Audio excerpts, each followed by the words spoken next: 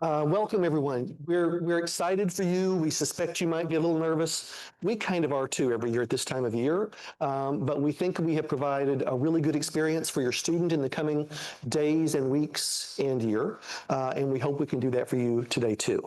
Note that a lot of the stuff that we'll cover today with parents, families, and supporters your student will get, but not in the same compressed timeline. We've just got you for a few hours. We got your students for a lot of hours. So we'll kind of pace things out for them, but maybe in a few little bits here, it's going to feel a little bit like a fire hose coming at you, but we think it's good information and we're looking forward to engaging with you.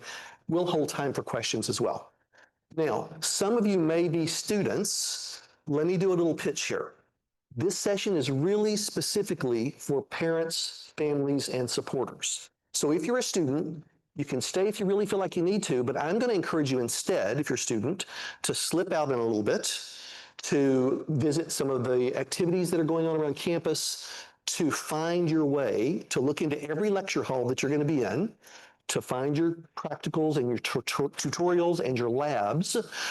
And you can just text back and forth in with your family to coordinate when you're going to meet up and how. So let me encourage you to do that. You can slip out anytime, but I think that's a good deal because really this is not targeted to you. It's for parents, families, and supporters. This is kind of what we do in classrooms too. Parents, families, and supporters, if you get a call, if you'll silence your phone now, slip out if you get summoned and need to do something, and then just slip back in. That's exactly what we ask students to do in lecture halls, so that's what we're going to ask you to do too. Now, I would like for us to learn a little bit about each other just through 4 quick sets of questions. It involves a little bit of activity from you, but not a lot. So what I'm going to do is identify a characteristic that I'm looking for, and if you match, I'm just going to ask you to stand up for 4 or 5 seconds, or raise your hand if you can't or not comfortable standing up, and then just sit back down. It's easy. Let's give it a try. Would you please stand for a few seconds if this is you've never sent a student away to college or university before. So you're new to this game of sending somebody off to college, university. Just stand for a second. It's okay to look around. Like, I think it's really good. So about half of you, a little more than half. Okay, thank you. You can sit. And now, if you've sent your student away to college or university before, would you stand up? Great. So look around again, everybody, because these are the experts. So if you have questions during the break, I really would encourage you. And some of the experts will tell you what to do, and some of the experts will tell you what not to do because they've been through it. So I would really encourage that dialogue when you have a chance to interact with each other. My second set of questions. Where is your student going to be living this school year? So if your student is living in an on-campus residence, so you dropped them off yesterday, today, would you mind standing for just a couple of seconds? And again, it's okay to look around. Still waiting. Great. Still waiting. Yes, someone has nicely pointed out there might be some students who don't know yet because they're on the wait list. That is true. And the resident session will talk a little bit more about that this afternoon. Thank you. And if your student is commuting either from a family home or from an apartment off campus or something like that, would you stand for a second? Okay, so there's a good number of folks whose students are commuting. Thank you. We're glad you're here too. Okay, you can have seats. Now, my third question is we want to learn a little bit about what your student is going to be studying. So I'm going to give you just kind of some broad categories, 4 of them. If your student is studying in a math or science area, so biology, chemistry, physics, computer science, forensic science, psychology, or other sciences, would you stand? Okay, that's a lot of you. Thank you.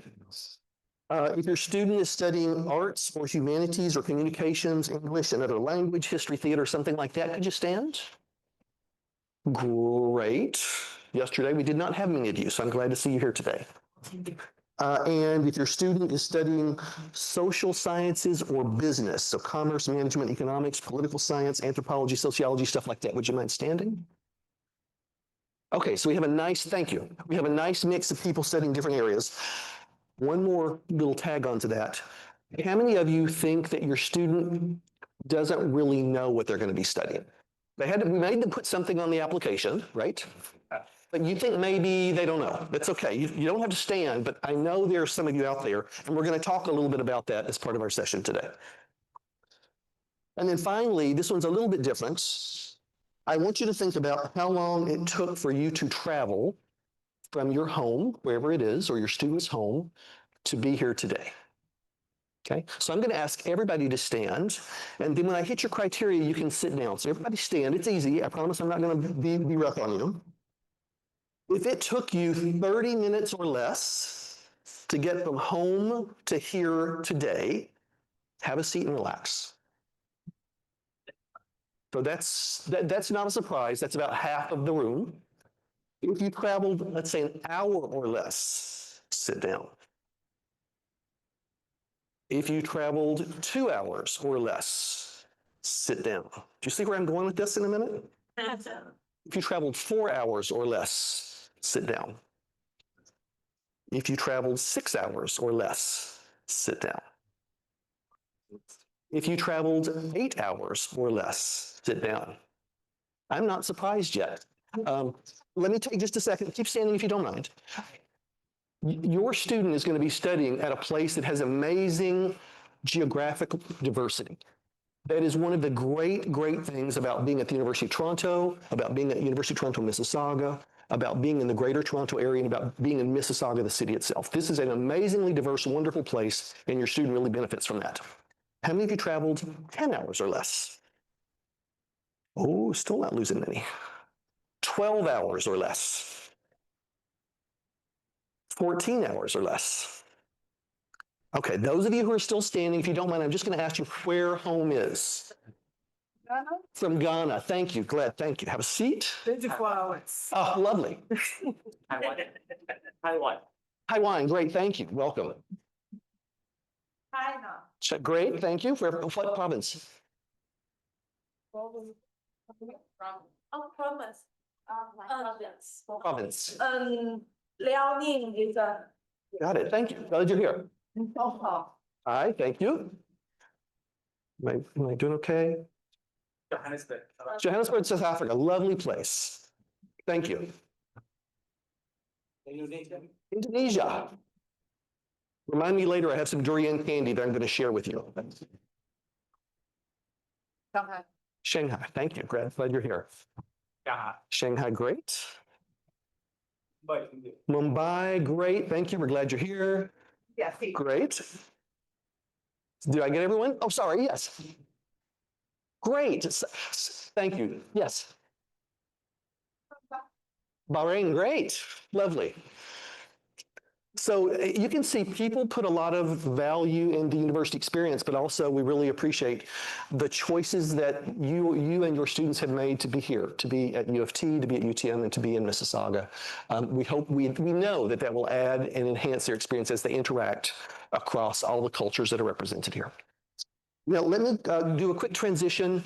I'm going to introduce you to Alexandra Gillespie. She is the big boss. So she's the person who is ultimately responsible for what happens on campus. She makes sure that we have great faculty members, we have great academic programs, the campus is beautiful, that your student has a really robust, engaging experience. So I'm going to let her introduce herself a little bit. Trisma, if you don't mind.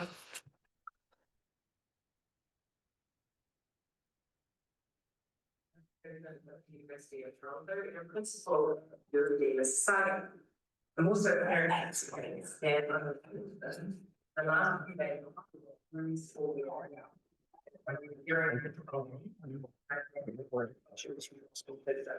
but I was getting your students on campus so can I come? This is a really special place that has always made me and my parents feel welcome, and I hope that we can share the same together with you.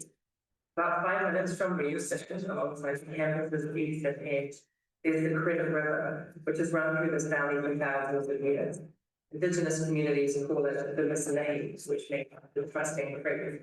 And we take that name seriously. The same idea of trust runs through everything we do, and it grounds our commitment to you as parents, families, and supporters. We'll work to honour the trust that you and your students place with us. The best way for us to do that is to support our student success and to share all the opportunities this great university affords. So I'm going to summarise some of those opportunities in 3 ways, which I hope you can then encourage your students to take. I also hope you'll forgive some immodesty in the process, but you should be able to brag about the community your students have joined and take pride in everything you've done to help get them here. The first opportunity is for students to connect with professors and teaching assistants. They help make U of T one of the world's leading universities, #1 in Canada, top 3 among public universities in North America, top 10 among public universities globally. U of T is more productive in the health sciences than Oxford and Cambridge. We are more successful in launching startups than Harvard and Stanford. And we are more sustainable than any other university anywhere. I promise bragging, so there it is. These are rankings. They reflect the strength of our faculty who have often discovered the knowledge that they share with students in class.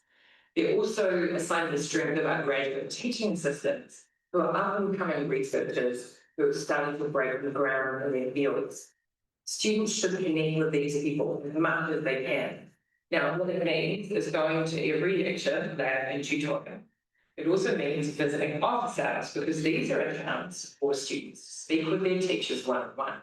They can use the time to ask questions about lectures, review feedback on assignments, or continue conversations they started in the tutorial. They can also build relationships that open future opportunities, like the chance to work with a professor on a major research project. Opportunities like this are great on a resume. They're one of the reasons that U of T is North America's top public university for the employability of our graduates. Our new students are going to be learning new things. They're going to change the way that they think. That can be hard, especially because so much else is changing in their lives at the same time. So, alongside you, we have a whole community of supporters here to help them along the way. At the heart of it is our staff, some of whom you'll meet today. There are academic advisors in the registrar's office who help students sort out degree requirements and can also help them with financial aid. We've got learning strategists at the Skills Centre who share tips for effective writing and studying. We've got counsellors at the Career Centre who can connect students with part-time work, internships, and program plans that are available to graduates before we work right on. So my second recommendation is students should reach out to our staff, and they should do that in their first year, even if they don't have a specific problem or question, even if they don't know what they want to do in the future. Our teams will listen to what students love, what their hopes are, and help them create plans to match. They'll also connect students with special opportunities, including for experiential education, where we have co-op placements, academic internships, and other hands-on courses that will help students get ahead. This is a great place to try something new. Same idea applies inside the classroom, and that's going to take me to my third suggestion. I think all students should try at least one course that goes beyond what they plan to study in a subject they hadn't considered at all before. That's how we're going to benefit most from one of U of T's special strengths, our breadth of world-class opportunities. So I'm going to go into some more ranking and bragging. There are just 8 universities in the world that rank in the global top 25 in over 30 different teaching fields. Oxford, Cambridge, Stanford, UCLA, Berkeley, the National University of Singapore, and U of T. This breadth means that students can find their thing here. They can have an exceptional experience with it, no matter what it is, biotechnology, Indigenous art, new media, forensic science. Yeah, we've got a course for that. It also means they can experiment with a safety net. They might find that the program they plan to study doesn't work for them after all, but another one does. That's great. They might find that the off-topic political science course they took is actually connected closely to the economics theory they came here to learn. And now they want to major in both. Well, we have students taking double majors in psychology and art history, and biology for health sciences, and English, and philosophy, and computer science, and many other combinations. And that's good news because this interdisciplinary thinking is something employers increasingly value, and it's something our world increasingly needs. Students can build these skills here, especially if they open themselves to topics they hadn't previously considered. They'll do it alongside amazing professors, expert staff, and a whole community of friends who work to support each other's success. I know this community's power firsthand because I built my career and my home here over the past 20 years. This community gave me a lift that changed my life. Now we want to do the same thing for our students because this is how we can honour the trust you've placed in us. Welcome to UTM. Great, thanks. I want to cover pretty quickly a very simple resource sheet that we provided to you when you came in. So our goal is to work with you as parents, families, and supporters as a resource. And this is how I think you can really help us do it. Now, I was the first person in my family to go to university. So I wasn't able to ask my mom, my dad, my aunts, my uncles, my grandparents a lot of questions about university because they didn't know. There are probably some folks here that are in that same situation. But again, we're going to work together to make this work well. So what I've done is I've given you this sheet. The first column lists some topics, some interests, or some concerns that your student may mention to you at the dinner table or on Zoom or however you're connecting with them. I guess I have to stop saying Zoom. However you're connecting with them.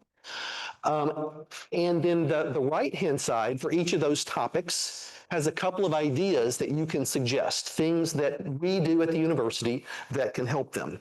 Let me give you a couple of examples. The very first row of the sheet is academic and career exploration. So for example, if your student mentions an interest in maybe changing their program or what are they going to do with their degree or they're worried, you could send them to the Career Center. You can send them to the office of the registrar. You can send them to the individual academic departments that house their programs, their majors, their minors, their specialists. And the nice thing about this sheet and the people here at UTM is you could send a student with academic and career exploration interest to any of those three departments. You can't make a wrong suggestion. If maybe another department is a little bit better, we'll ask your student why they're here, and we'll redirect them if we need to. But if you can just get them into any one of those doors, we'll help them with academic and career exploration. Let me give you a few more examples. Academic supports and performance or grade issues. We have this amazing academic skills center that helps students learn how to learn better. It can help students who are not doing well get up to doing well. It can also help students who are earning B pluses get up to A's. So it's really built for everyone. Instructors and teaching assistants, the principal mentioned, office hours, attending labs, attending tutorials. We'll probably talk more about that in the next discussion. The office of the registrar and the library. So that's another good example. I'm going to give you just a few more. We have a service on campus called the International Education Center. Most people think of it as the service that helps students who are coming into Canada to transition easily, and they do. They're fantastic. But we also work through the International Education Center to encourage students who are mostly domestic Canadian students to do to seek international experiences. The university has relationships with hundreds of other universities where we can help place students for experiences. Some students can be placed for as little as a week. There's a break in the fall term and a break in the winter term called Reading Week. No classes are happening. And that's one of the things where we say to students, hey, wouldn't that be a great opportunity to go with us? We're leading tours to this fall and winter. We'll have Peru. I think the Antarctic again.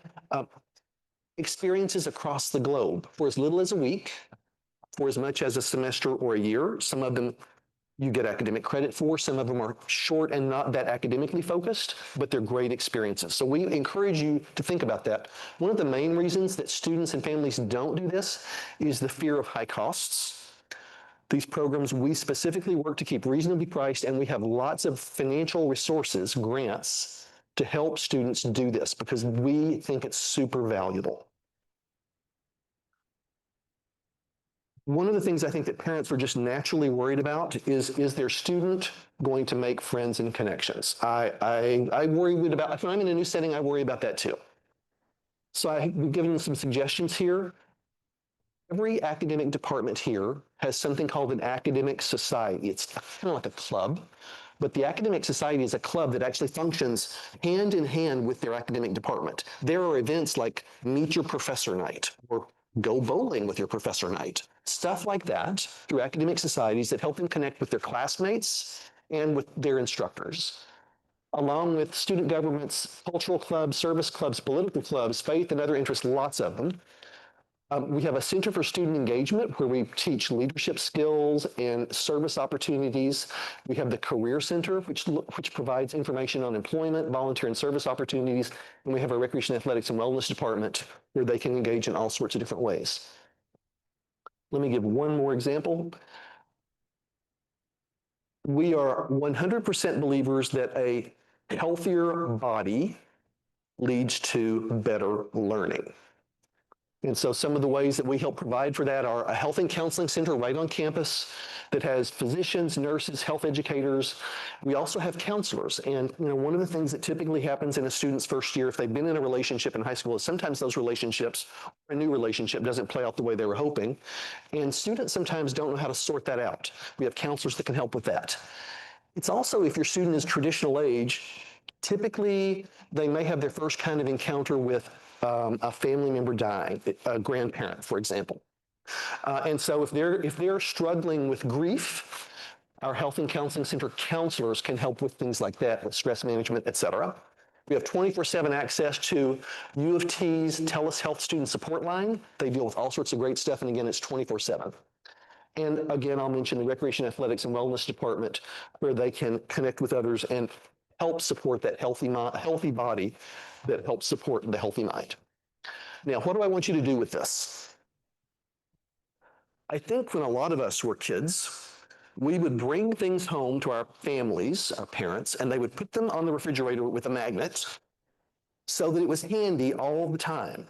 Some of them were those horrible little art projects that we made at school. Some of them were permission slips that you didn't want to forget, but you put the important stuff on the fridge with a magnet. I want you to think about doing that with this sheet. Now, this is not a sheet for you to give to your student. This is a sheet for you to be our partner in your student's success, okay? So put it there on the fridge, and whenever your student is at the dinner table, if they're living with you or they're home for a visit, and they mention that they're struggling, maybe, I said I was going to study psychology, I'm starting to struggle with it. You slip away, you go to the fridge like you're getting some ketchup for them or something, and you look at academic and career exploration, and you just pick any one of those 3 dots that are there, mention it as a support and encourage them to use it, and then we'll take it from there if you can get them through the door to us. For those of you who don't want to stick this on your fridge, there's the QR code and the link, and that'll take you to the same sheet. I'll leave it up for a second. We'll cover a lot more topics in a little while, but what I want to do now is prepare our transition to you hearing from an actual faculty member and instructor about how the university experience is different from high school. Again, I think that gives you some perspective on how you can engage in conversations with your student that will be supportive. Let me do one thing before that, though. I'm going to do a pitch. I run another session after this one.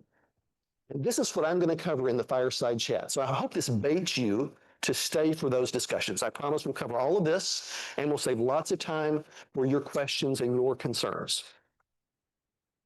Doing okay so far? Great. Yes. Oh, thumbs up. Oh, that's a thumb. Fantastic. I love a good thumbs up. Thank you all very much. I'll be back with you in a few minutes. Let me pass the microphone along.